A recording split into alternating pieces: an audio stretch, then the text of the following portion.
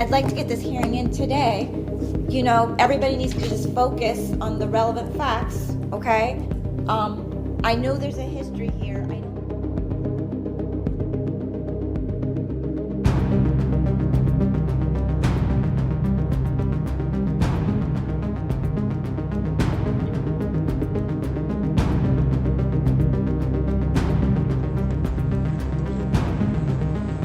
Are you talking up by Sunset Mart?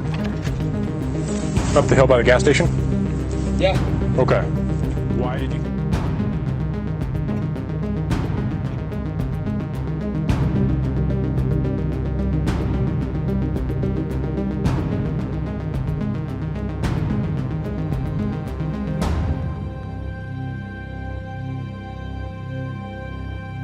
All right, who's responsible here? What's that? Who's responsible here? Whose house is this?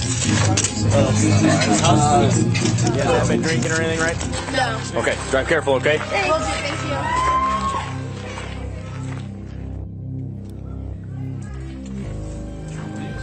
This is with the other group that ran away. Oh, really? You just ditched it? Awesome. Yeah, those ones kept walking in the car. And It's truly for the win.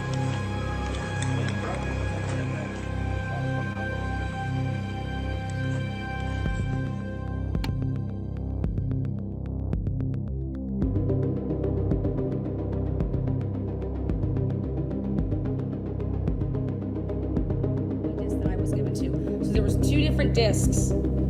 Okay? They all knew about it. We're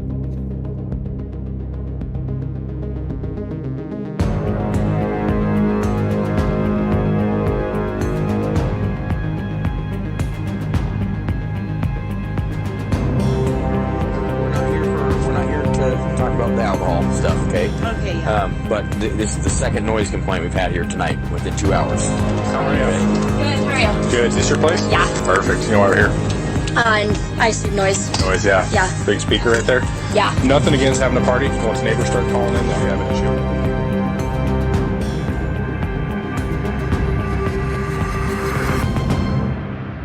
Like brains, and like if you need a lot of brains, you're gonna be in trouble. Mother! What is up, guys? Welcome to the Transparency. How we feeling? Let's see.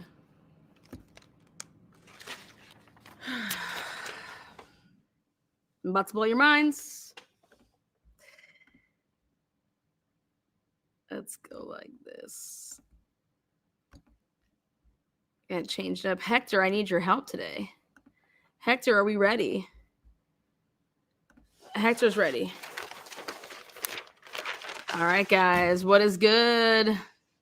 This is your historical data, your detail with cell sites and explanation form, straight from Verizon. I'm jumping right into it, okay, because there's no reason to wait. But I do want to thank the moderators. They make chat fun. They make chat respectable, and they make chat on point. So thank you for the members for being here, subscribers. If you aren't a subscriber, it's free. You just have to click that little bell button, hit notifications, and then it lets you know, it sends you a notification when I go live, or if there's like a scheduled live or something like that. So it's free to be a member or be a subscriber. And then if you want to be a member, you can hit that little join button. So again, thank you for being here. Getting back into the swing of things with the holidays, you know, kind of coming to a halt. So now we got a problem, folks, and we're going to talk about it. I think Idaho has a problem on their hands, a huge problem on their hands. As you guys know, I've been dealing and handling other cases in Idaho, in Bonner County, and then in Boundary County. So you got Bonner's Ferry, you have Sandpoint, and that's roughly about 2.5 hours is Sandpoint from Moscow, Idaho. And then you have the Coeur d'Alene area, and that's about $1.30, so an hour and 30 from Moscow, Idaho, where Kaylee and Maddie, Xana, that area where they grew up. But what I have here is This is the complete cell tower dump of the Dr. Drake, Dr. Moore case. Now, how does this pertain to Bryan Kohberger, Idaho4? Well, they say that we have Bryan Kohberger, okay, peeing on cell towers or using his phone, and we were able, we have him, and it's because of the work of good old, like this. This is what it is. This is your cell phone, all right? This is call detail with call sites explanation form. So when you're looking at something like this, you know what the heck it means. And I'll zoom in. Bryan Kohberger is flat out missing from his own probable cause affidavit. All right, and we're going to talk about it. Network element name, Spokane, mobile directory number. That means that's the number that made the phone call, and then this is the number that it called. Your ESN, okay, that is, you guys know your ESN number. Everybody has one on their phone. Then we get to the call duration, or call direction rather.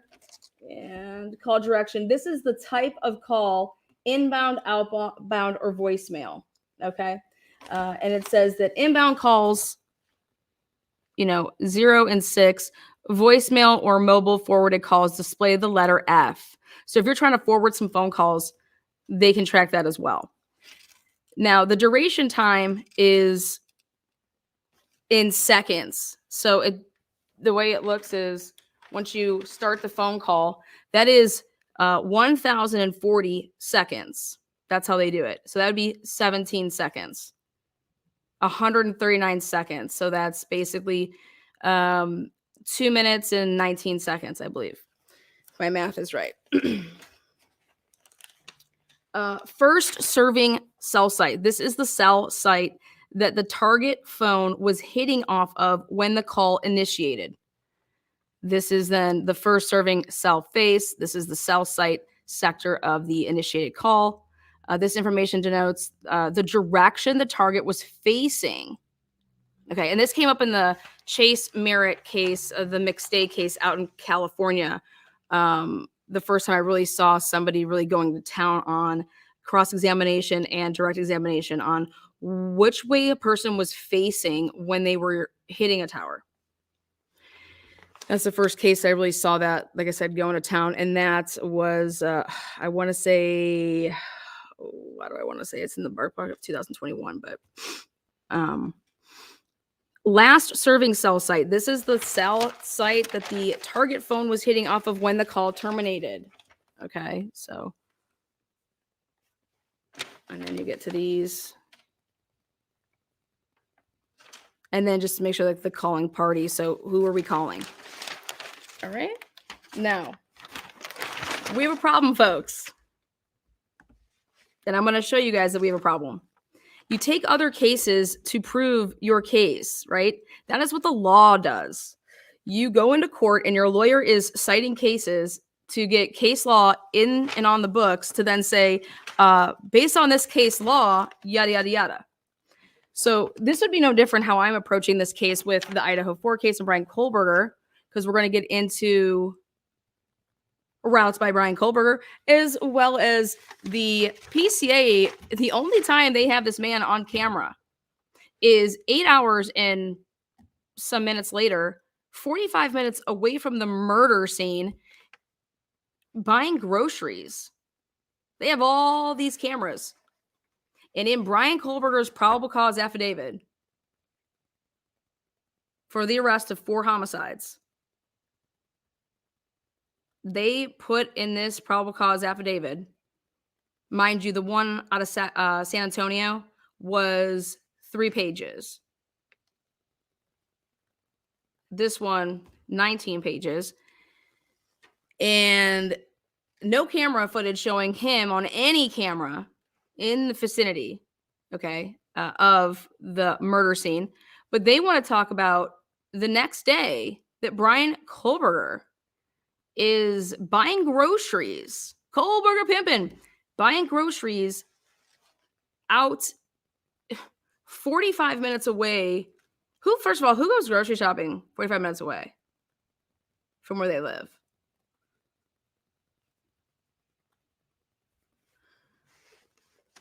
The only people that have said that Bryan Kohberger returned to his home that night are the police. And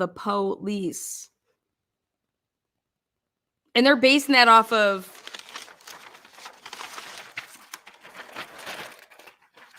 this shit that I'm going to show you is so I can prove it that it is so not in that area trustworthy, because shit is just not there that should be there.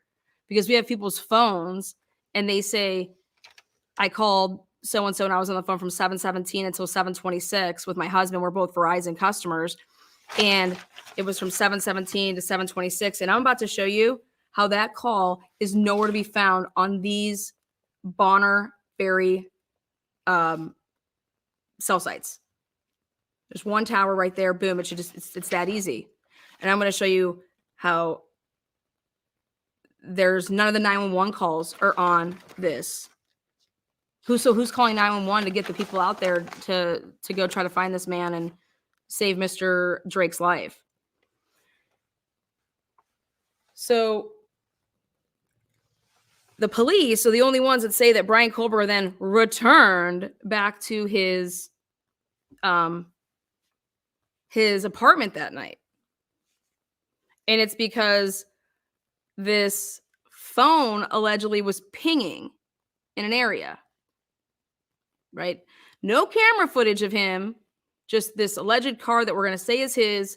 But then at 12 or 1 o'clock the next day, he's out getting groceries. And that's in a probable cause. How does that lead to helping you arrest Bryan Kohberger for 4 murders? By you talking in a probable cause that he went grocery shopping and he's out and we have him on camera. And basically it's trying to assimilate, in my opinion, they're trying to associate Bryan Kohberger with that vehicle. Well, that vehicle you're not associating the vehicle actually, because there are no descriptive material to say that this is the white Hyundai Elantra. It has this marking by a plate, okay? And then the next morning that's where the vehicle is, and it's like following his phone. And so that's how you're matching that type of stuff up. But you have no identifying marks on the vehicle the night of the murders. Okay. So therefore, what the fuck you're trying to do by saying he went to the grocery store with his car, you're trying to associate him with the vehicle. Well, but you can't associate that vehicle being the vehicle that you saw that night. That's the problem. And in fact, the vehicle that you're saying you saw that night is totally off in years. Problematic. All right. 19 pages to arrest a dude. I'm just trying to tell you guys, San Antonio case, I have the probable cause right here. 3 pages. 3 pages. Now, let me show you guys something.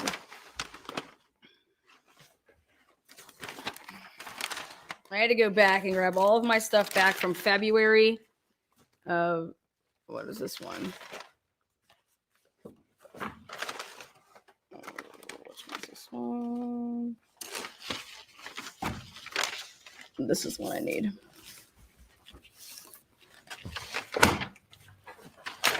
I go grab my folder from February, a live I did in February.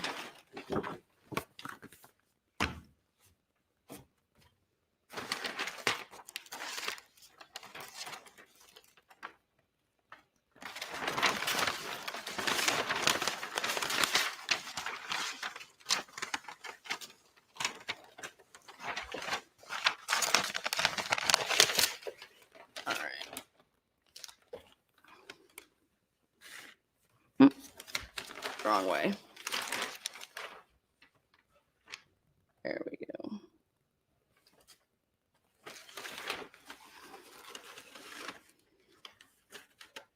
All right. You see where it says 1917?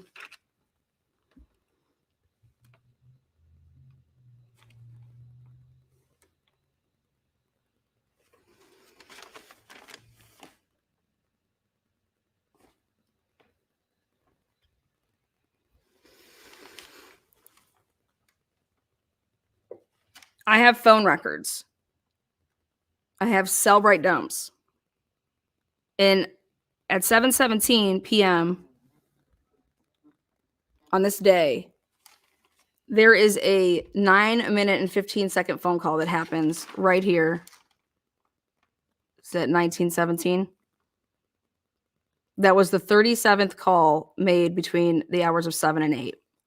This phone call right here is supposed to be, or if there's going to be another one, this phone call is supposed to be Brian Drake receiving a phone call from his wife. Or I'm sorry. Brian Drake off of this cell tower right here, cell 86, wherever it's at. There you go. He is on cell site, allegedly on cell site 86, and is calling his wife, who is allegedly in Coeur d'Alene. Okay. So we would expect to see, they are both Verizons. This is the Verizon. These are the Verizon towers. Okay. So what we should see here is at 7:17, an outgoing call made from Brian Drake's phone.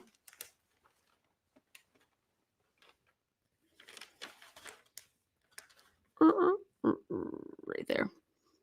I said, oh God, okay, there's a 7:17 call. Oh wait, it's only for 116 seconds. This can't be that call. This call lasted 9 minutes and 15 seconds. So I go ahead and I look at it and I'm like, okay, well, what are these phone calls? The 37 one.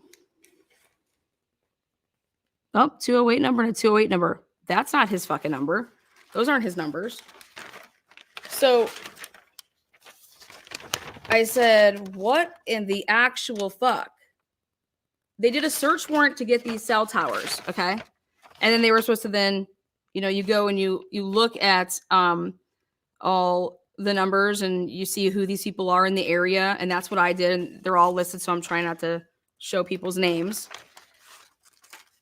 So when an officer would have gotten this and looked and saw that Brian Drake's cell phone number is not on this tower, but yet you're looking at a phone and you see that Brian Drake's cell phone made a call, and you're looking and you're seeing that Jennifer Drake received a call. So just like now go to the Idaho4 case at 2:52 in the morning, at 2:46 in the morning, at 2:32 in the morning, Kaylee Gonsalves made a phone call, allegedly, right? Made how many phone calls? Maddie made how many phone calls, right? So these have to be right on. She's making these calls. They're also making text messages. They should be on the cell tower, right? They should be showing, hello. Well, I am giving you living proof right here that this is not accurate, or these, meaning Brian Drake's cell phone was actually not where they try to say it was. Those are the only two explanations. Or it's inaccurate. These are your three choices. Brian Drake clearly made a phone call at 7:17 to his wife's cell phone. That doesn't mean that Brian Drake made the call. All right. That means that Brian Drake's cell phone made a phone call. And that, those two cell phones connected.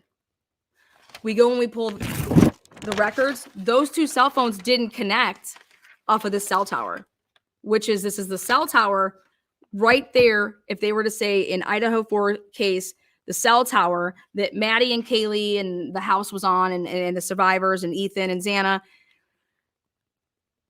So I have a case right here showing the inaccuracies, or the phone wasn't where it said it was, right? Those are the only two. What is that? How else can you explain this? Now, I said, well, let's take a look at the 911 calls.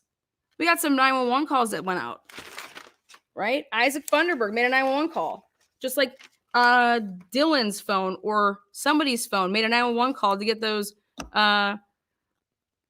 officers over to the house, right? So again, it's going to ping off of a cell tower, right? Well, here we go. At 7:29 and at 7:27, there should be calls. Off of the cell tower. Ready? Isaac Funderburg.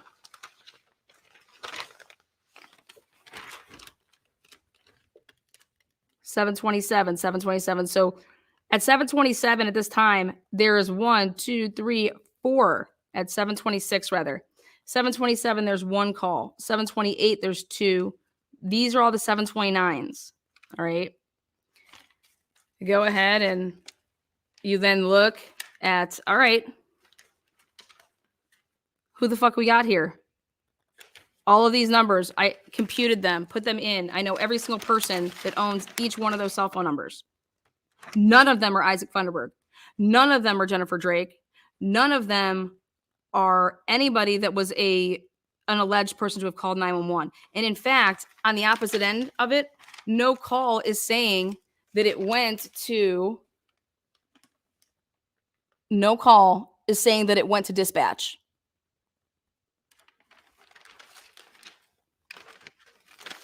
And it's like, wait a second, wait, what? Okay, maybe the call was before. Maybe there's got to be some type of glitch. I went through every single call on every single outgoing call that was made, who it was going through, all of these, all the way down, beginning at 7 and going all the way to 7:59. And I could only come up with 1 call. Ready? There's some sick motherfuckers out there.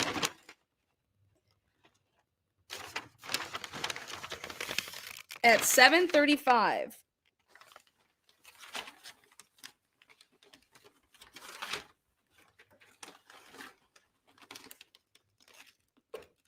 right there, 7:35. This call right here for a total of 85 seconds.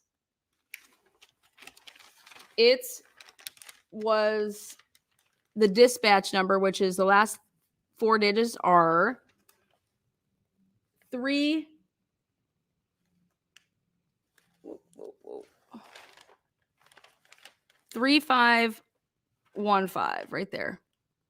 And so this is the person that made the call. That's the dispatch line is 3151. Go ahead and call it 267-3151.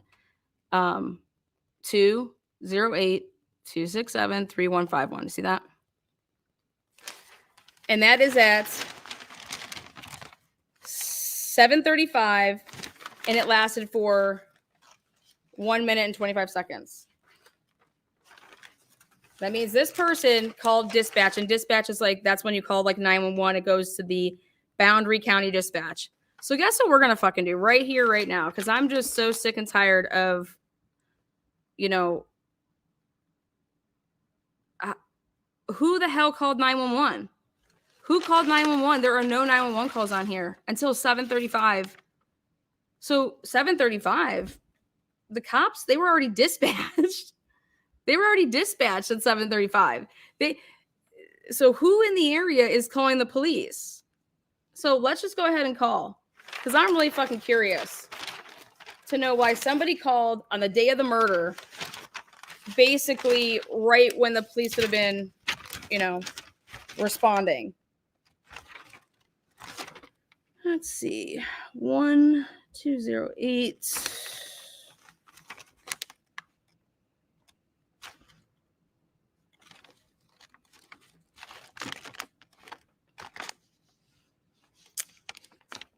Wait a second. There it is.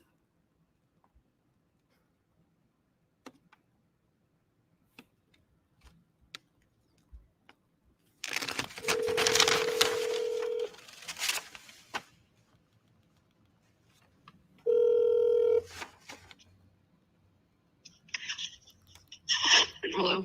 Hi. This is actually going to be a really random call here. I'm actually doing a podcast and a documentary for the Bryan Drake murder case. And I know this is so random, but it came across my desk that, did you happen to make a 911 call that day? On No, I did not. March 12th, 2020? I don't think so. The only thing I remember about that day specifically is there was a lot of lights in my driveway because I live fairly close to where that happened. Okay. But no, we did not call 911. Okay, so it would surprise you if your cell phone number had it down on a cell tower that you guys called Boundary County Dispatch. Yeah, absolutely it would. Okay, so did you own this number back in 2020? I've owned this number for 10 years. I'm the only one that's ever had it. Okay, so then I think you have Verizon? Yeah. Okay, so just so you know, your number is on the Verizon towers, the cell towers, at 7:35 p.m. for an 85-second phone call with No shit. Boundary County Dispatch. So No, I don't. No, And that I remember that night pretty well because there was all kinds of lights and people running around, and I know there were cops all over the place, but I don't recall calling 911. I'm pretty sure I remember that because I remember that night fairly well. And you didn't maybe call to say like there's somebody in your driveway or anything? I don't think so. I don't think so. Okay. I mean, yeah, because They give you access to the 911 calls? yeah, I have the 911 calls and I don't have you on them. Yeah, I was gonna say I remember that night just because it was such a sensational thing for Bonners to have that happen. Okay. And we didn't know, of course, at the time that that's what it was about, but yeah, there was like cops everywhere And nobody would have had access to your phone to like grab it for any reason? No, I'm a phone whore and happens with me all the time. Dude, same with me. That's funny. That's funny how you say that. It's like ditto attached to my brain. Yeah. Oh, wow. Okay, so because I'm doing this documentary, I'm doing this investigating because we're fighting for Daniel Moore is innocent and we've discovered and uncovered a ton of stuff to support that. And then when I came across these cell towers, I was like, okay, this is really interesting because it had your number and I was just like, this person isn't on any of these 911 calls. You know, maybe she was calling. Do you know anybody that works there? Does any of your family work there that you were just calling like to No. to be transferred to like, Nope. hey, Uncle Jim, what's going on? Nope. Okay. Wow, crazy, huh? Nobody there.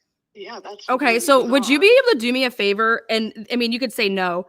Would you be able to, because Verizon allows you to go back and look at your cell records, like if you were able to look up and see on March 12th, 2020, to see if you made a phone call? I'm trying to prove these cell towers and this stuff inaccurate. And you're helping me do that because I believe what you're saying. You're like, I don't think that you would lie about, yeah, no, I called because there was cops all over the place and I didn't know what was going on and I was scared or I heard the gunshots. I don't know if maybe you heard the gunshots. Nope. I don't live that close. I live probably 3/4 of a mile down the road. Oh, really? Mm-hmm. Oh, shit. Okay. Yeah, it's a ways. What's your podcast? It's I'm a podcast aficionado. Oh, okay. It's called Truth and Transparency. And it's called Who Really Killed Brian Drake. Transparency. Oh, I'll check that out. Yeah. So yeah, go ahead and type that in. And I think it'll interest you if you're a local still, which it sounds like you are, but Oh yeah. so I guess, yeah, because like I have Verizon. Well, I had Verizon, I have T-Mobile. And I know that I'm able to go back in and look and be like, okay, I need to see if I was just to pull that up. And you should be able to. Yeah, no. I'm saying you can do it whenever you have time. What's your name? Lana, Lana. And what's your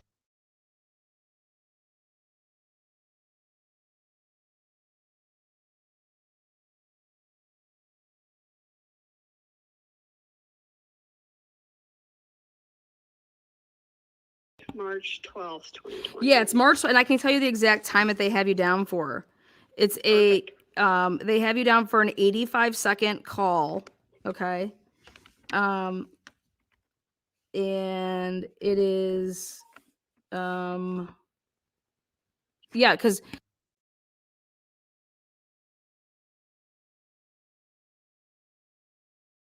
okay. So yep, they have you down as that it was off that you called the number that you had called was 208-267-3151, which is the Boundary. Yeah, that's the sheriff's office. Yeah, it has you calling the sheriff's office. Weird. And what time did you say that was? 7:35. Yep, 7:35, and it says it was an 85-second phone call. And if you want me to give you more specifics, you were on cell tower 86. Okay. And I'm sorry, you were on site 86, and it was the first tower that you were on was like 4, and like you stayed on 4 because it must have says that you were in the same Right, I was on that night. yeah. I'll ask my son and my husband were there that night too, so I'll ask them and see if they remember me calling. Okay. And I'll look it up on it'll take me a little bit of digging to comparisons of Payne. Yeah, no, just take your time, and whenever that happens. But yeah, if you could just let me know, because I'm very curious to see how. I just think that these are totally inaccurate records, and I think that you're helping me prove that. Sweet. So Okay, I appreciate your I help. will- So thank you. Of course. Okay, girl. Well Thank then, you. yeah, just give me a call back at your convenience, and I will talk to you Okay. then. Okay, hon. All right. All right, have a good Thank one. you. Yep, you're welcome. Thank you. Thank you. Bye-bye.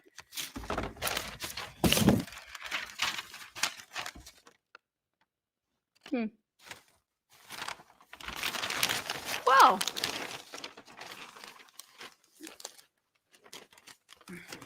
make sure you guys hit the thumbs up or the thumbs down.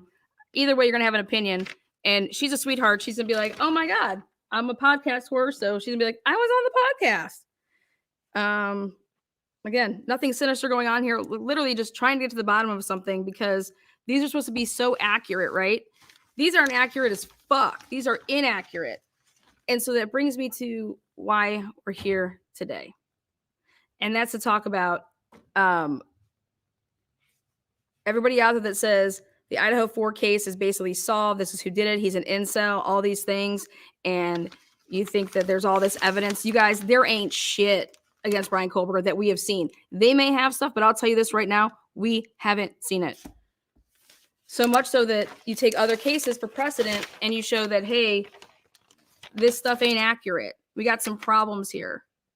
Now, unless she has amnesia, she's going to look at her phone records and she's going to say, oh my God, maybe I did call. And then we can kind of find out why, you know, how that could happen, or what would have been happening, or maybe her family did take the phone.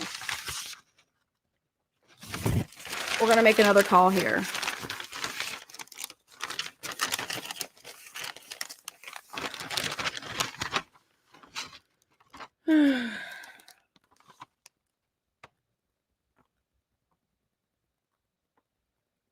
Now,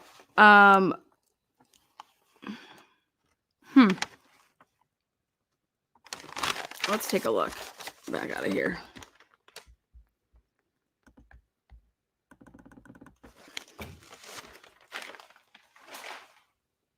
Multiple videos were used in the King Road neighborhood to gather this information, allegedly, right? So when I did this back in February 7th of 2023, I always usually print my stuff up and save it so that I can go back and look. I said that I purported that one of the neighbors of 1122 King Road, one of their cameras was used to show the passing by beginning at 3:29 a.m. Well, as you guys can see, this date right here is well before Linda Lane came out. So now Lana purports that this stuff that they're using is from Linda Lane. All right. Because it would be able to be assumed that after a car drove past them heading a certain way, that it had to pass by the next house. So that's why I'm saying that there has to be footage there of somebody tossing this up. Well, Linda Lane footage would surface after this date. Go back and check my live. You can see on this date, I break all of this down. So that's to answer that now. Now, the corner house of King Road and Queen Road on a map has a Ring camera and was cited as such thanks to the March 2022 body cam from the Chris Braggs and the panties stuffing and cup holder mystery. So I already knew that that camera existed. Then after Linda Lane came out, they showed that they're trying to say that there was multiple camera angles. Okay. So,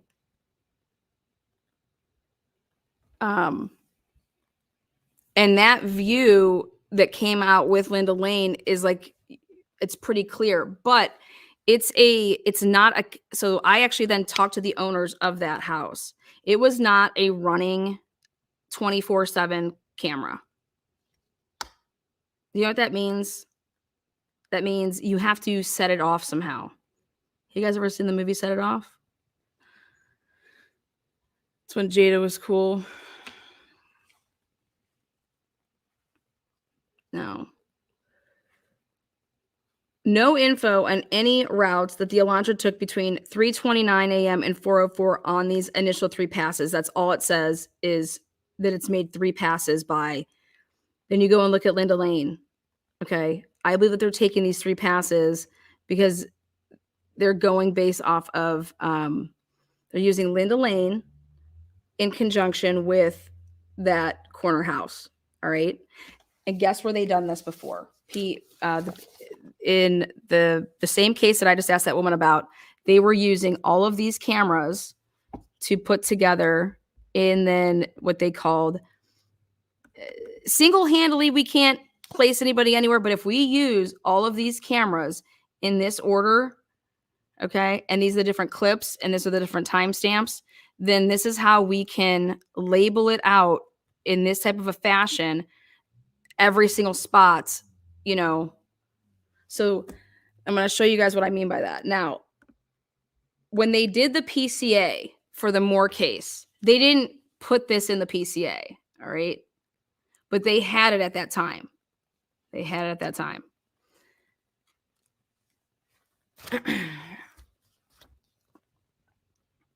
And they make references to the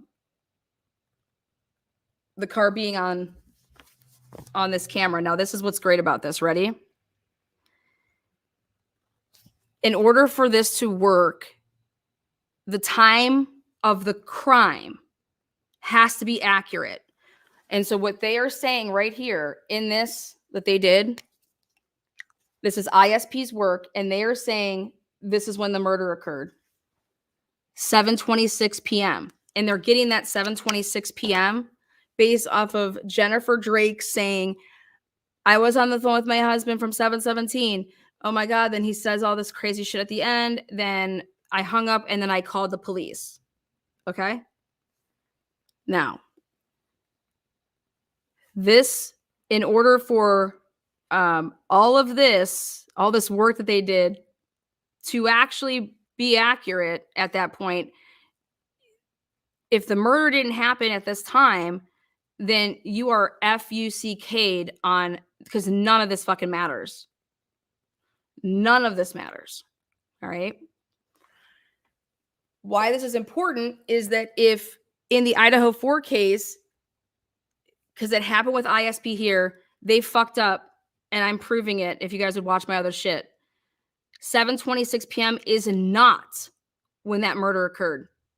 This murder occurred because guess what I have? And guess what they had?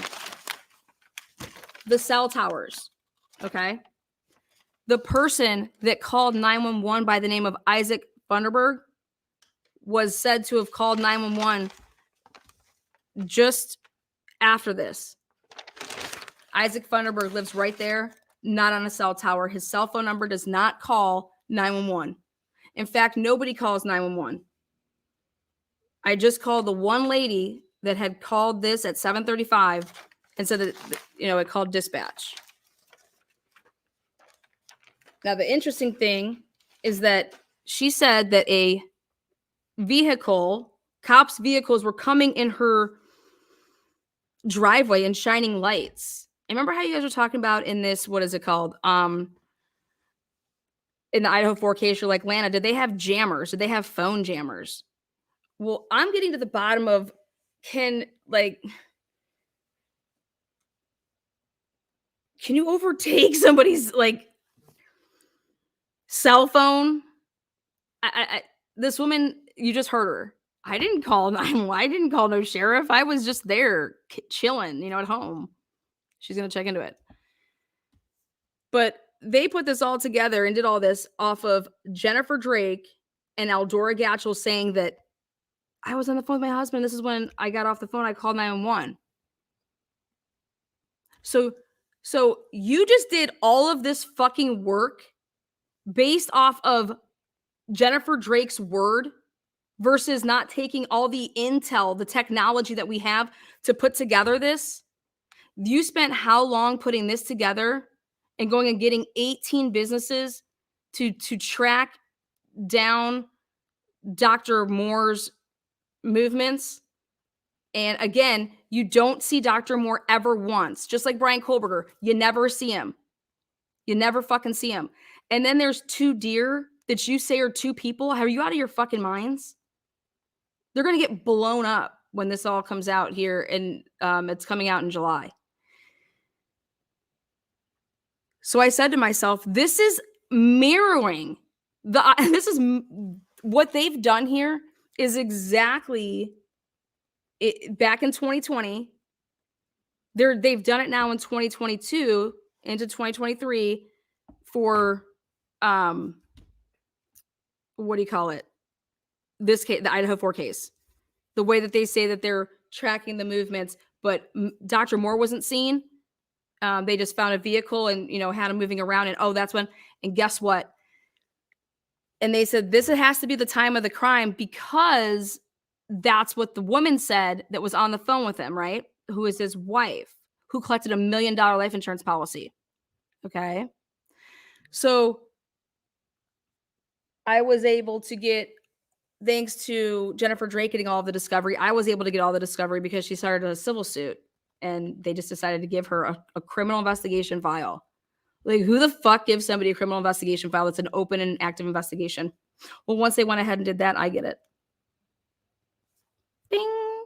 So when anyone says, like, maybe you have stuff that's redacted, motherfucker, I don't have shit that's redacted. I have what Jennifer Drake has, and it's not redacted. Go and call Jennifer Drake up. So,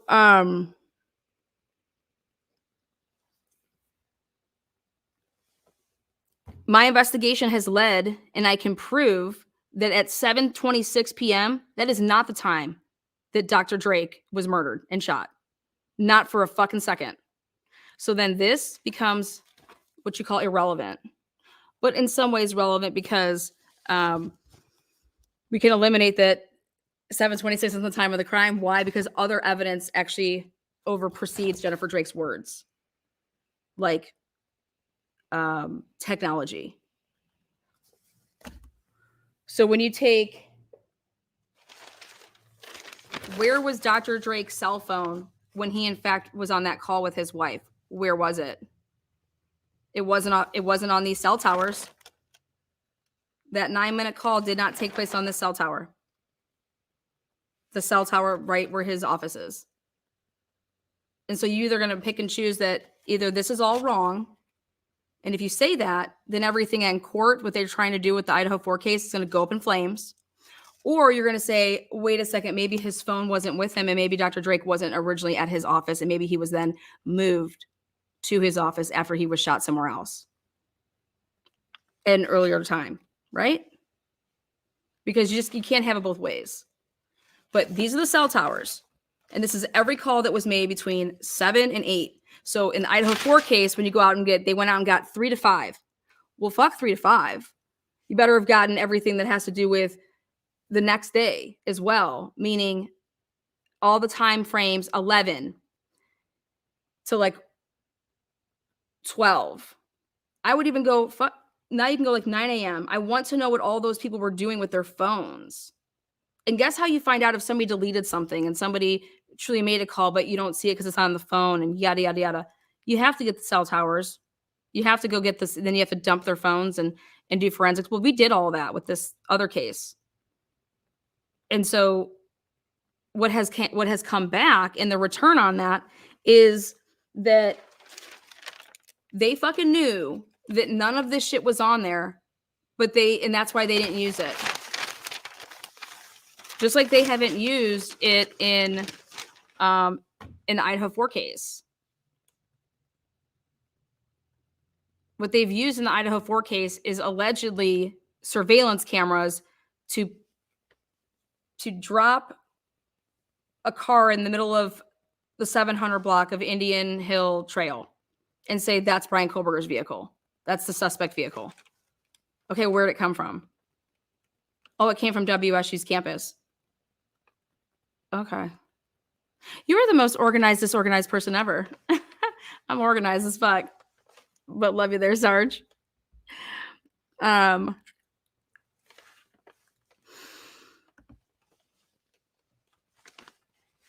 So going back to why in the world would anybody think that we should be adding on to our PCA to arrest Bryan Kohberger, that he went grocery shopping and that he's seen on a camera?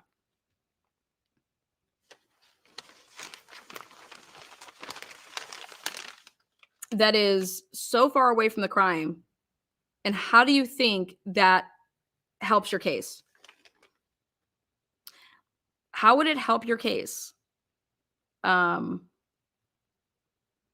Bryan Kohberger would be in basically, Lewiston at that grocery store, being able to, okay, oh, there's the white Elantra. So you're associating him you've already associated him with the white Elantra when he fucking pulled him over. None of that is necessary, right? You've already associated him with the white Elantra and that he was pulled over and nobody was with him with the tickets that you said, right? So why are you telling us at between 12 and 1 p.m. that he's grocery shopping 45 minutes away from the murder house?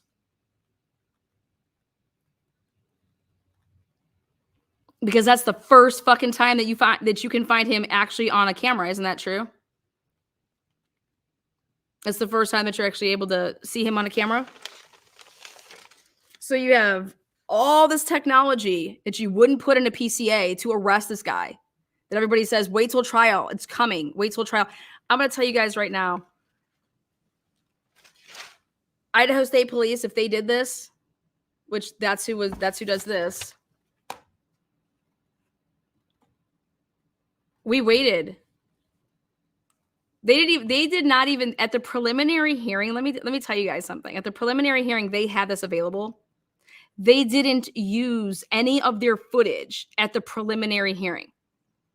They didn't use any of this in the Dr. Moore case when they went to the preliminary hearing.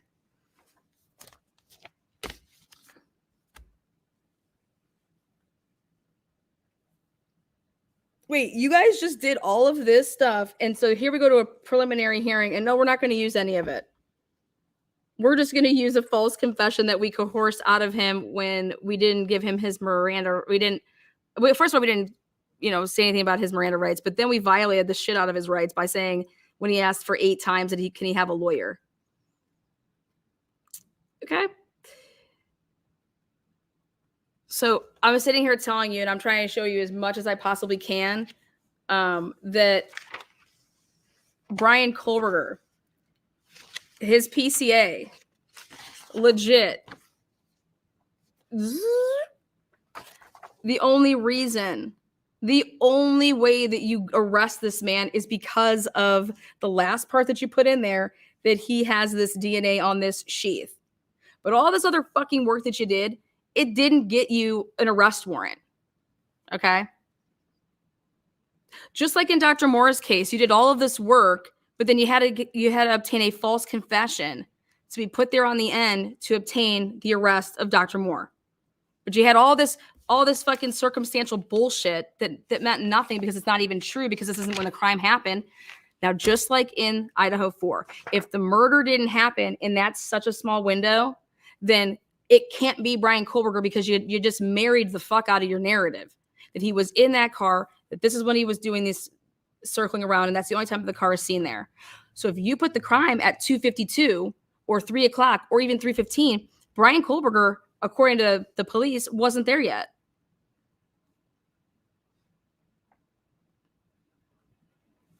And now I look at the San Antonio case and the probable cause that they got to be able to arrest the shooter and his dad in that case. 3 pages. 3 pages. They're not over here writing all of this shit out. They're not over here 19 pages having to do all this circumstantial crazy shit.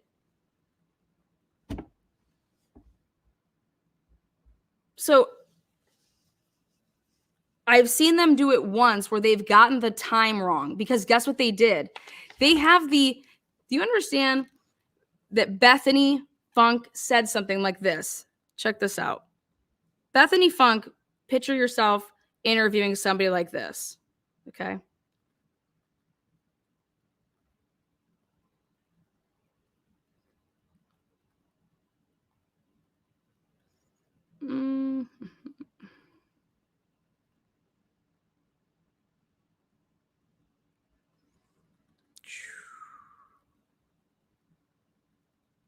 Let's go with, this one.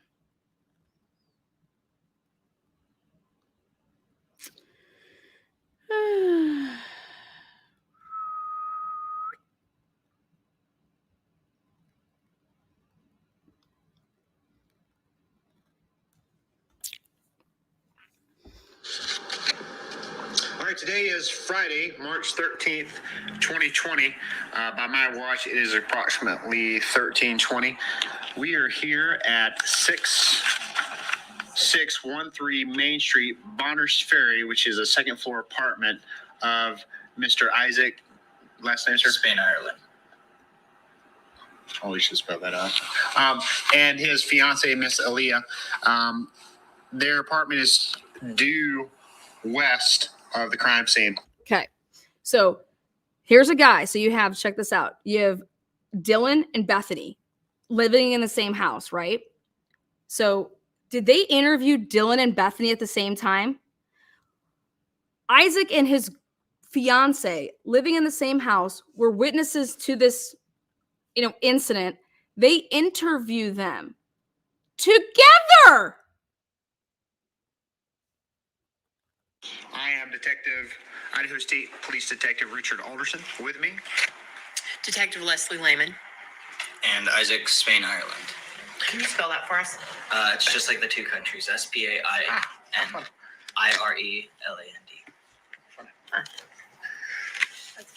So I'm going to call you Isaac for this interview, if that works for you, sir.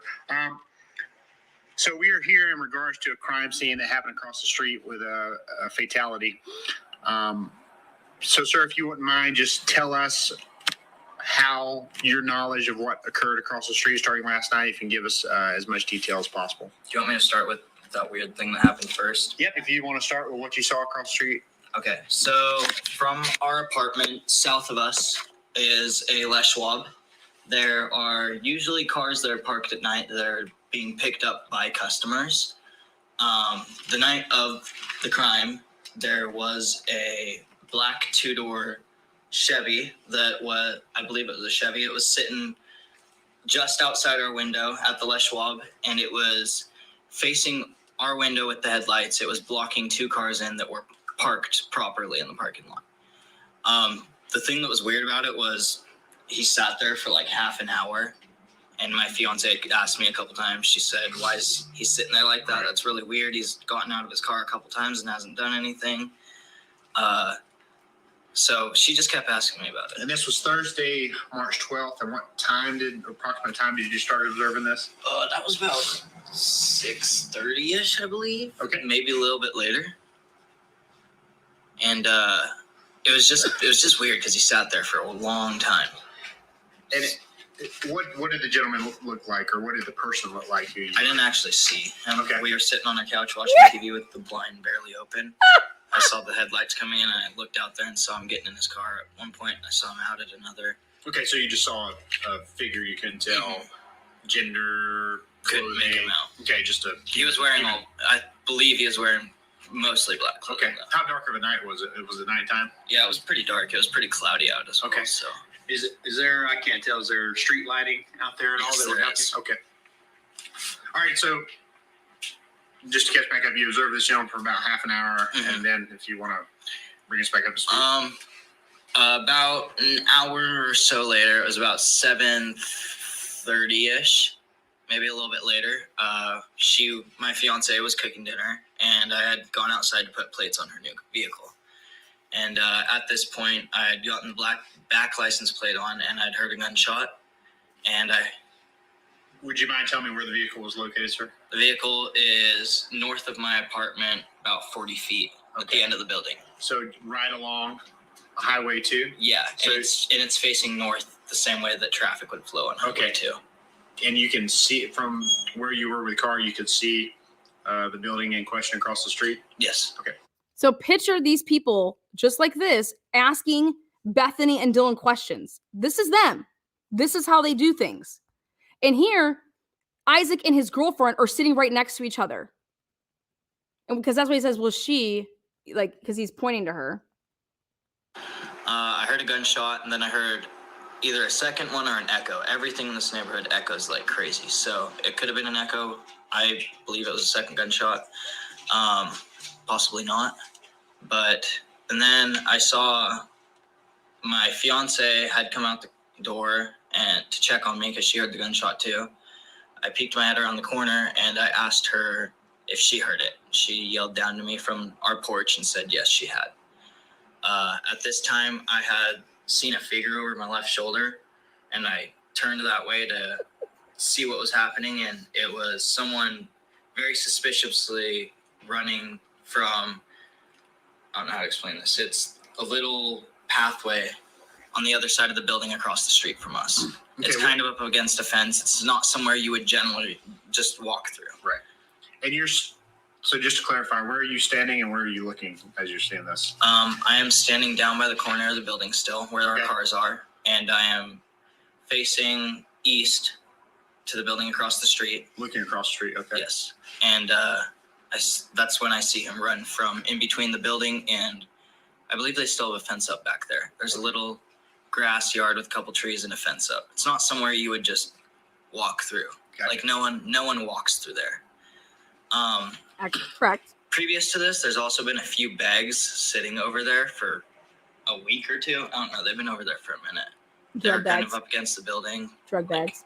I don't know. No one ever seen them. I didn't see anyone ever touch them. They've just been sitting there. What kind of bags? Like personal bags. Personal bags. Like a backpack and a duffel bag. Backpack, duffel and they're bag. no longer there? I haven't checked since. I haven't been able Runner to go over there bags. since. Okay. At this point, he had gotten out of that yard and up onto the concrete next to the glass shop, which is like a window and car glass shop.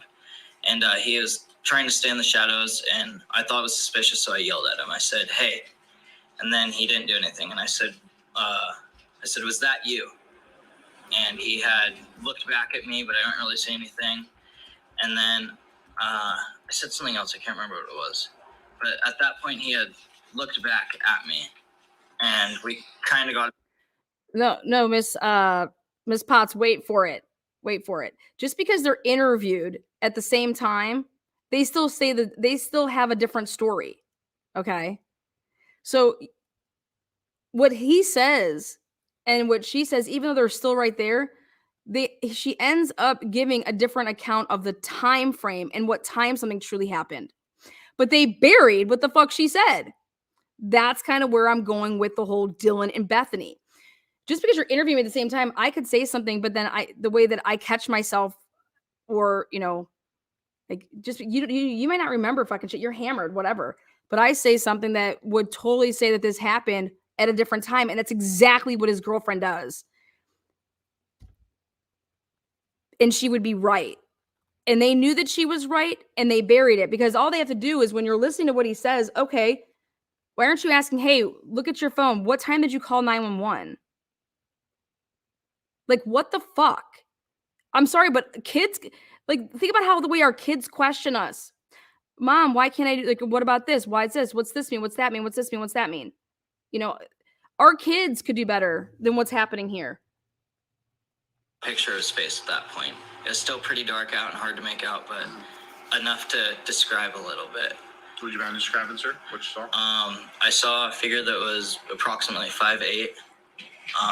He had tanner skin. He was white. Okay. He had a mustache. I believe that's all I saw for facial hair was a mustache. He was a little bit heavier set in the midsection. Okay. Like a little bit chunky, I guess would be a way to put it. And yeah, that's about all I saw. He was wearing black sweats. I believe he was wearing a black sweatshirt, and I believe I saw a vest too. A silver I saw him vest. wearing a vest. He definitely had a beanie on. Definitely had a beanie. Yes. Was he wearing a hooded sweatshirt or just a? He just literally described Caleb Kakoa Nazara, Eldora's motherfucking brother that was there in the office with Drake. Literally, that is what he's wearing while he's playing his ukulele.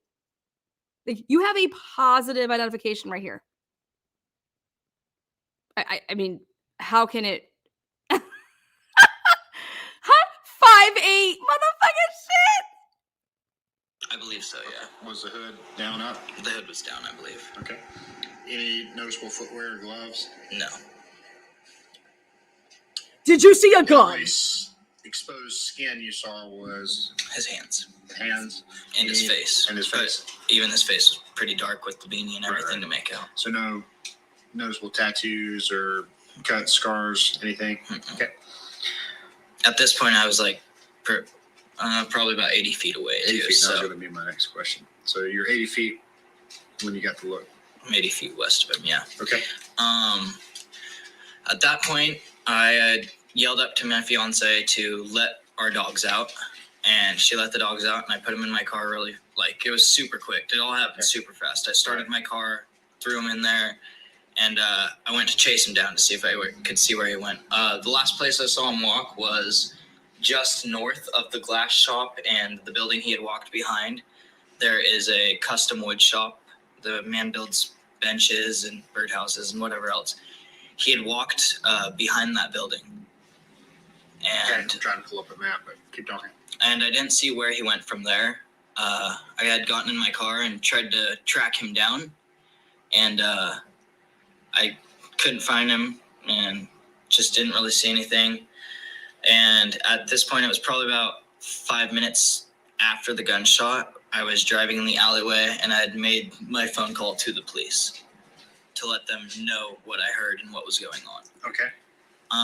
Probably wouldn't have even called him if I didn't see the way that guy was acting, just because everything about him. Wait, what did he say? He called the police, right? One more time. I had gotten in my car and tried to track him down, and I couldn't find him and just didn't really see anything. And at this point, it was probably about 5 minutes after the gunshot. I was driving in the alleyway, and I had made my phone call to the police. Boom. So I said, all right, Isaac Funderburg. Let's take a look. Let's take a look at the fucking towers. Isaac Funderburg. Here it is, 7 to 8. Isaac Funderburg, nowhere to be found. It's because he called before motherfucking 7. This all happened before 7. That's why he's not on this 7 to 8 frame. He called before 7. To let them know what I heard and what was going on. Okay. Probably wouldn't have even called him if I didn't see the way that guy was acting, just because everything about him was he looked super stressed out and suspicious. Right. That's the vibe I picked up from how he was asking or acting. And so I had made my call to the police in the alleyway, and then I'd come back through right where the crime scene was, actually through that drive-through area. Right. I drove back through there, and I had come back home and parked the car and brought the dogs inside. So he then places himself at the crime scene then at the time that they said that it happened. Do you understand that? If they're trying to say that this happened at 7:26, that when he did all of this, what ends up coming to, to realize here is that Isaac, baby boy, you didn't call the police at no 7:29, 7:26, nope, 7:17, nope, 7:10, 7:05, 7:40, no. You didn't call the police at all, what it looks like, unless it was before 7 o'clock. Because you ain't on a tower. You are not on a tower. I went through every single number. And I know Isaac's number. It's because he called before 7 o'clock. He just didn't know where the gunshots were coming from. Okay, so he couldn't give the police. I just heard some gunshots. I don't know. Like that's what I got. And I don't think he's lying. I think that he's mistaken on the time, or they're telling him to push it back because of whoever he's talking to. Now, the best part about it is that why can't someone just say, well, can you look at your phone and see what time you called the police? Why would that be so difficult to ask? Okay, so after you called the police, he was there, you left, and he was still sitting there when you... He was moving the whole time I saw him. The only time he stopped was the 3 times I yelled at him. Okay. Each time he stopped, and the first time he stopped, the second time he stopped and looked back, and then the third time he stopped and looked back and moved a piece of clothing so that to like see his peripheral vision better. And that's at the point I had seen his face. Okay. So I have here for the tape, I have just my smartphone, and we're currently on a satellite view, and we're going to start out here, obviously centered at your apartment. So what I'll have you do for me, sir, if you don't mind again, we'll try to put some street names and identifiers so we can recreate this. So I will hand the phone over to you, and I'll kind of come stand so I can see and just kind of talk me through these places, what you're seeing, and we'll use street names and stuff like that so we can kind of get a good idea.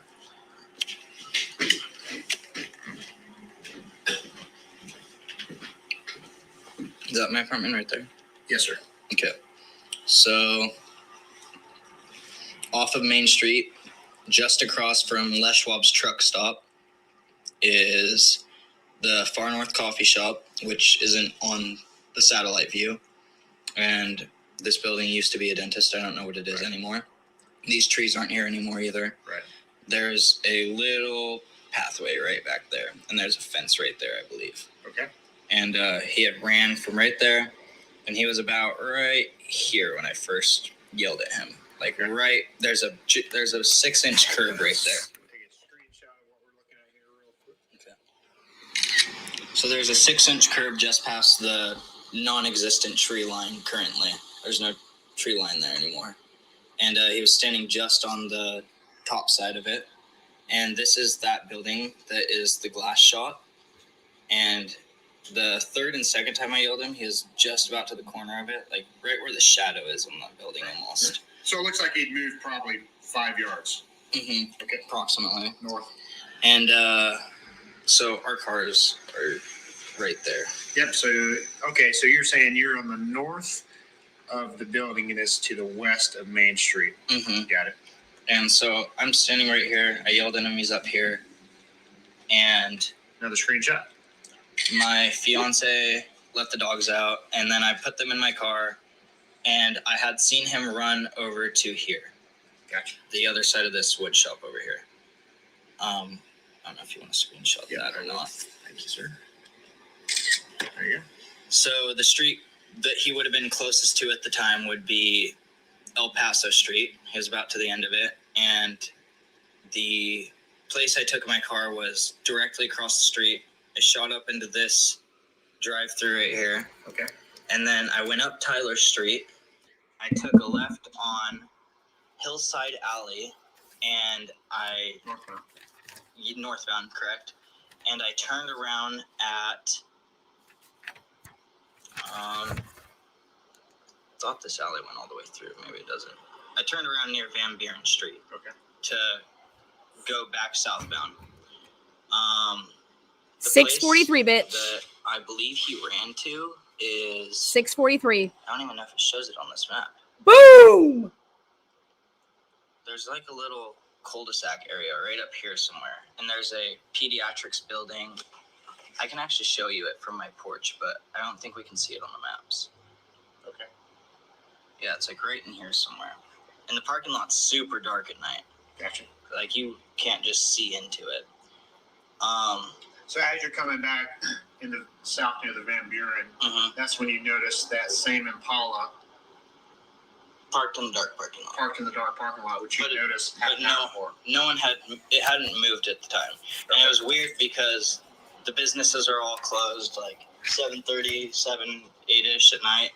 No one should really be in that building, to my knowledge. So at this point, I had been coming back down El Paso. I turned into the alleyway behind Far North and drove through the drive-through in the coffee shop directly across the street from my house. Okay. Which is right here now. Right there. Yep. At this point, I had come back to the house, and I was asked to go get mustard for dinner because we're kind of in the process of that. So I went and got mustard. The cops had all flown past at this point, southbound on Highway 2. Lies. And they were kind of going in and out of all the streets up here looking for whatever they were looking for. And I was just pulling out as they had all passed, and I was waiting for traffic to clear up. And that's when I saw that black car up in this parking lot about start up. I saw the headlights shine directly in my eyes. That's what caught my attention. Then I saw him pull out and head northbound. Okay, so he headed northbound on Highway 2 Mm-hmm. in that Impala. And it's pretty much. There's probably detail I'm forgetting that I will remember later, but humans, right?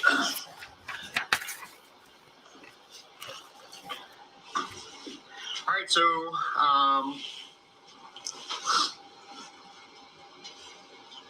did you call anybody after you saw him proceed after the cops and let them know what you saw, or was that the end of your involvement?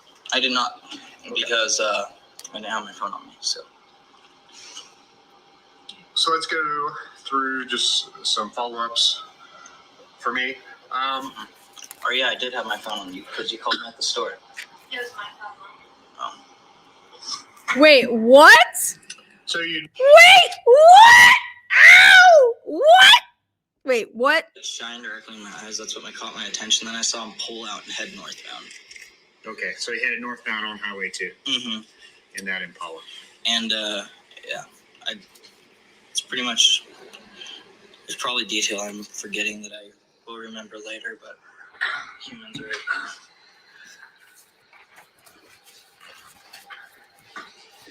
All right, so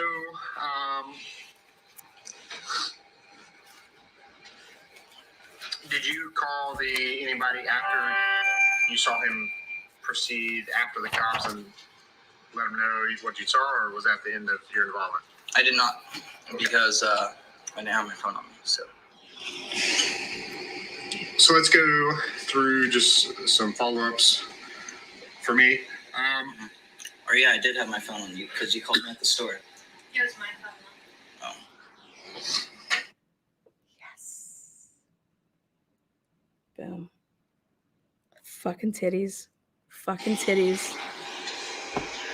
Did you call anybody after you saw him proceed after the cops and let them know what you saw, or was that the end of your involvement?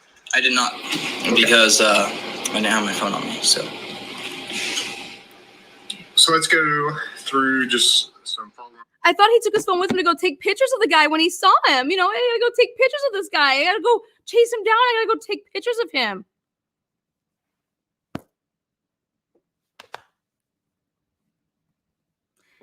Damn motherfucking lies. For me, or yeah, I did have my phone on you because you called me at the store. It was my phone. Oh. Okay, how did you call him, honey? If he has your phone, then what phone did you use to call him at the store, B? You got a burner? This is Tina with What the Fuck Translation Services. I'm here to fuck you world right up. See how she's there while interviewing him, right? And then after they interview him, they say, can you sit down and we would like to talk to you. And then this is where she kills it for me, but in a good way. so you mentioned you heard the gunshot while you're outside. What is your experience hearing audible gunshots? I've been around guns most of my life, and to me, guns are something like when you hear a shot, it's kind of like one of those familiar sounds you recognize. Right. Kind of like if you work somewhere, you get used to all the sounds that you're around, and then you hear something that's off, and you like. Thank you. You just, here she comes to wreck the day. All right. So, Now, we have Isaac Funderburg on a 911 call. What sounds like him, he says, actually, we don't even fucking know if it's Isaac Funderburg because he never gives his name. I don't know if you guys know that or not, but the 911 dispatch person never asks for the person's name that called it in. And so I went ahead and did some more digging, and here's your bombshell with that. All of those calls happened before 7 p.m. So why would ISP, if I can do this shit, how come ISP thought that it was going to be a great idea to go ahead and say a murder occurred at 7:26 when all the evidence points to that they buried points to the murder happening before 7 o'clock? Okay. So same thing with the Idaho4 case now. We have somebody putting it out here for us that this murder happened at between 4:08 and 4:20. Okay. I am proving to you guys in real time with this other case that Gary Tolson, who was involved with the Idaho4 case, he did this case. Gary Tolson and Mike Van Leuven, Idaho4. They did the case in 2020. They know that this is not accurate, that this is not correct. And they arrested a guy on first-degree murder. Okay. Thank God that motherfucker has money and could get himself a really good attorney, right?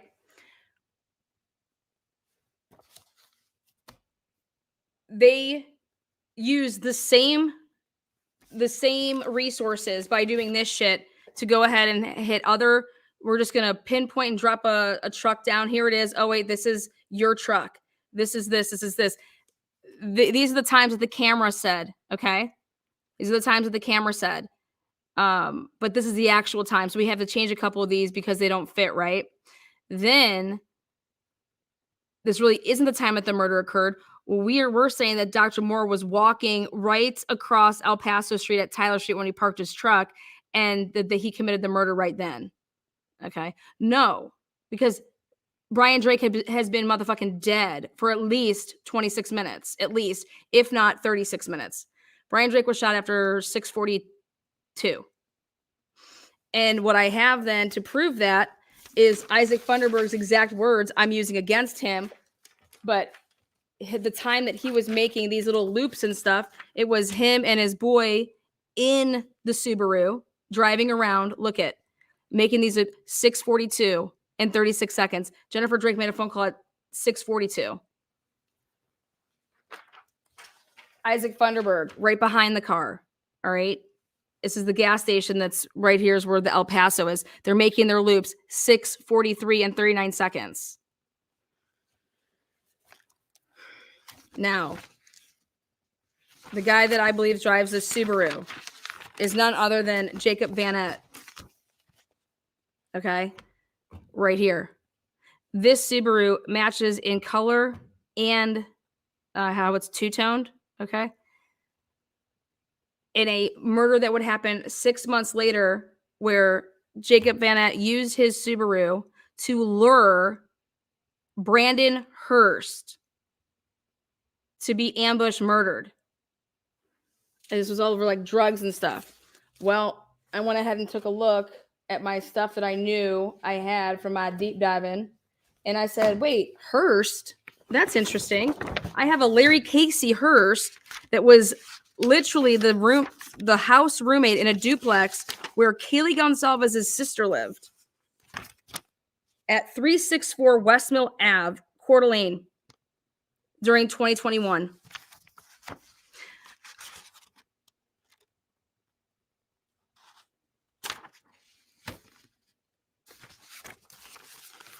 Say what, Lana? Yep, say what to yourself.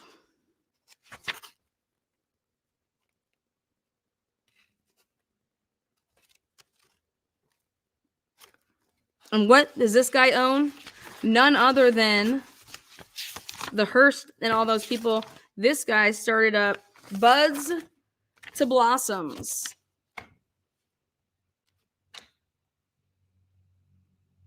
Hearst. Okay.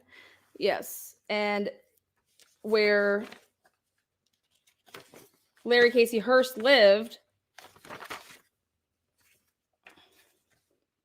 is 364 West Mill, and he was the side house. So there's two houses. I'm sorry, there's one house, but it's a duplex. Kaylee Gonsalves' sister Olivia. Kaylee Gonsalves used that address as well. Check it out. Can't make this shit up. Kaylee Gonsalves, 364 West Mill Ave. She was getting mail there in 2021 when Larry Casey Hurst, he went by Casey Hurst. Casey Hurst, check it out. Not sure if he's related to Brandon Hurst, who was lured by Jacob Van Ett. This car to be shot and killed by another man.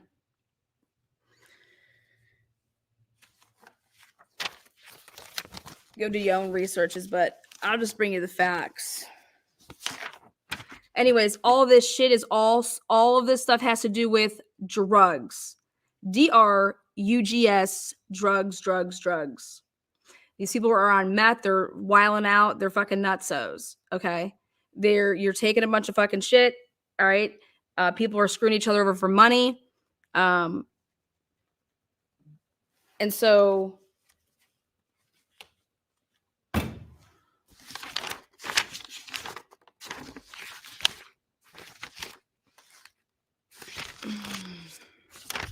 and then you have the police who are either on some level involved or they need to find new fucking jobs. Going back to Eldora Gatchel, she met up with none other than the officer that was seen on camera just before the Drake murder. He drove his car, his SUV, from the sheriff's department and parked right behind Drake's area. This is the same guy that would go and see Eldora Gatchel the following morning because Eldora fucking just told on herself.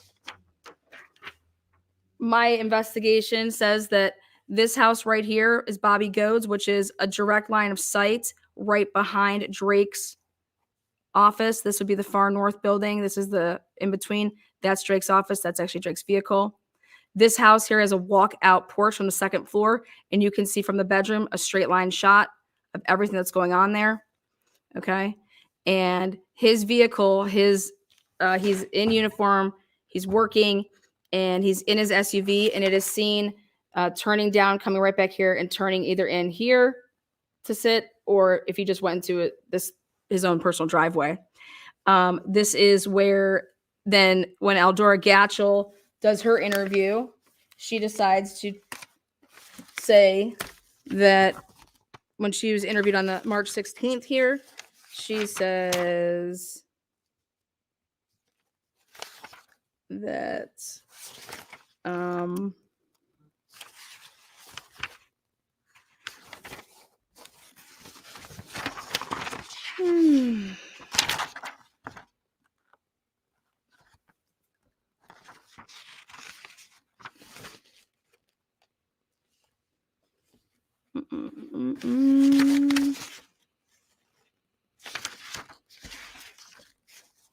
let's see.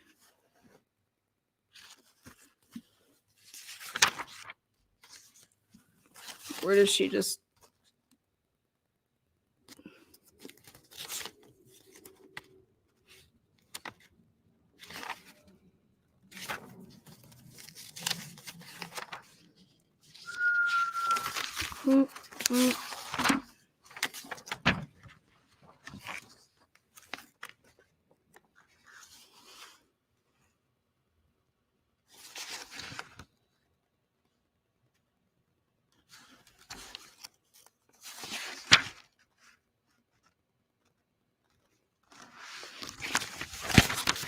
Eldora says that, no, I guess that part of the conversation, I was just shocked. You can hear me react where I saw him come out with that leg brace. What happened? Because I was gone for a month. I was in Mexico, just getting back from Mexico. And then she says that the next day she called the sheriff's department.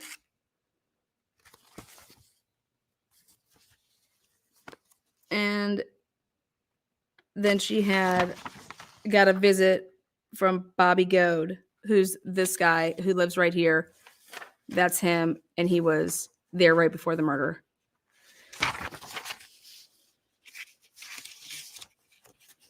So I'm just connecting it all for you.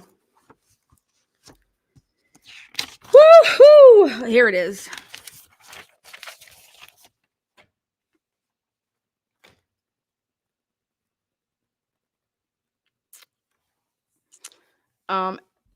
Anyway, that was essentially the exchange of the phone call. I guess I called the station or the sheriff's department the next morning, close to noon or so, and then Bobby Goad came over. What an idiot! Which I thought that was nice for him to come over. And so we talked about that a little bit, just describing about what happened. Let me think. That's all I can think of right now.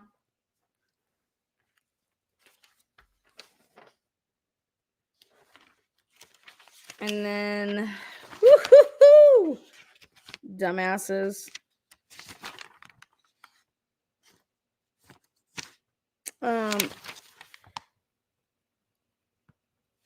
Look at this.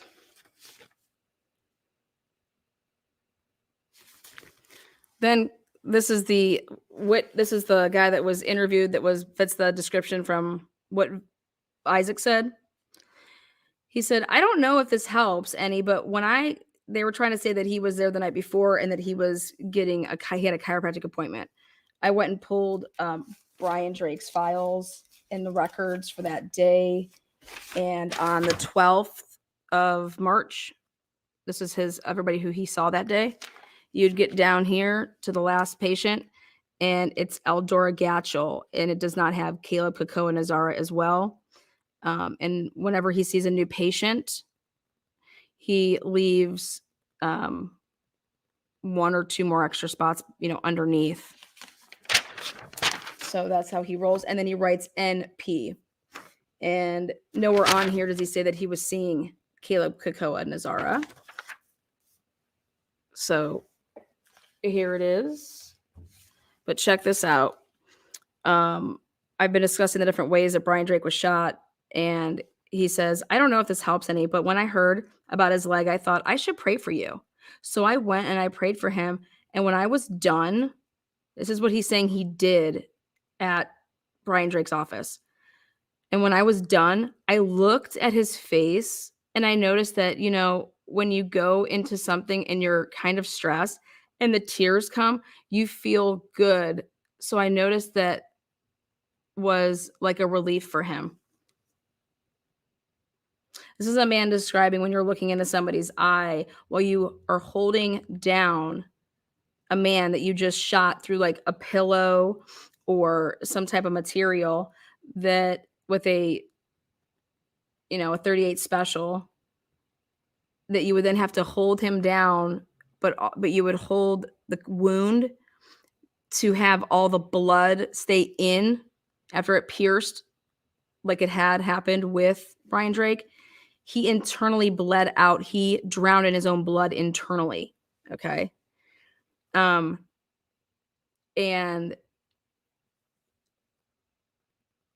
to see this man saying that he prayed over him. And it's like he did this for, I prayed over him. Yeah, you prayed over him after you what? You did this? But if you actually look at the timeline, this man did not have an appointment with Dr. Drake. They lied and said that he was seen by Dr. Drake after Eldora was. And that's why they were there until stretching the time that we didn't leave there until 7:15, stretching the time of this man being alive. Okay. Yeah, it's extremely painful. It is. That's what they say. It's very, very painful. And so what this proves is that Jennifer Drake could not have been on the phone with her husband from 17 until 7:26.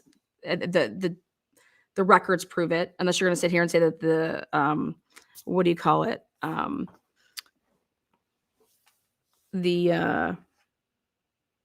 You're just going to sit here and say all the cell towers are wrong. Isaac Funderburg's 911 call isn't on there at that time. Neither is this phone call between her and her husband. she wasn't talking to him, but Eldora Gatchel and Jennifer Drake become each other's alibis because they extend his time of being alive by saying this. Yeah, we left at 7:15. Because then we went to the Super One. Everybody went to the fucking Super One. So Isaac and Eldora Gatchel were at the Super One together, by the way, at the same time. Where did she say that she did that? But they're extending his time being alive until 7:15 at least. And you can't make this shit up. Right here.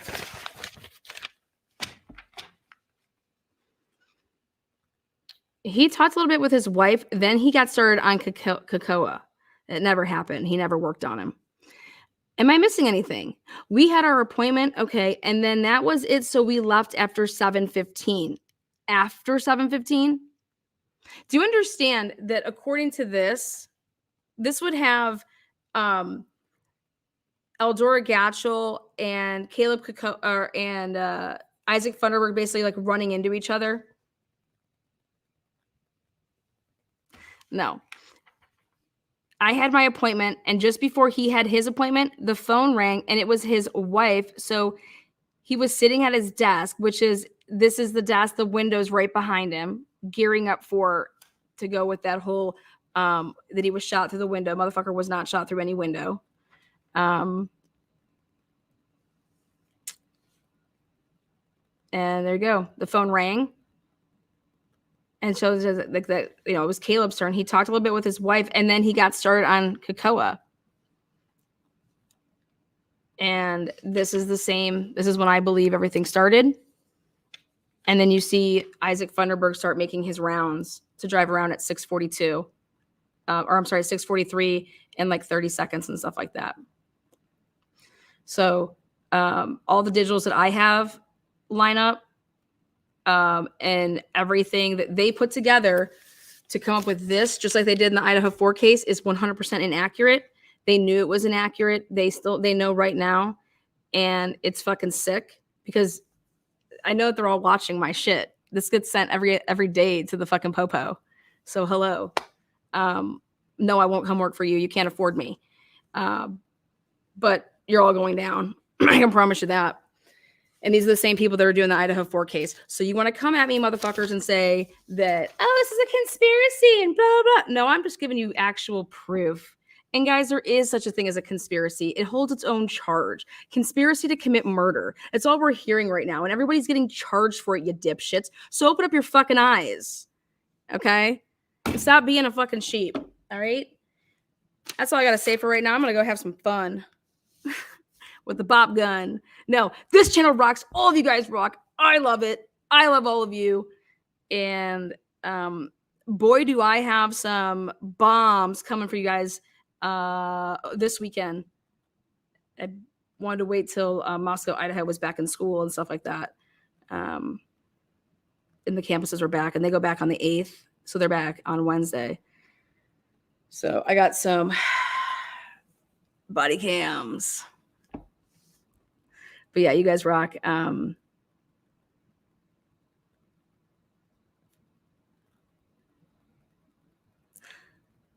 There's no calls made. So Ann Taylor about to go to town and really look into when people are saying they're making phone calls and where they're at and stuff like that. Because these people, they don't look at shit and they just take people's words for it and then just write whatever. So I can prove. Oh, there was a doc drop today. Well, good. Join me back later around 9:30. Go enjoy your dinner. Go enjoy your loved ones. See you guys soon. This November 29th, 4 people that were murdered, and you want to fuck around. You got 8 families that are being affected by this, and they just mean nobody from the universe. Shock value. And so what he did was he had taken pictures of California. Oh, you're from I would be outraged if I lived in Moscow right now. I'd be lighting some cars on fire out there. I'd be flipping some cars. I'd get the frats going wild with me. Let's get some noise complaints going.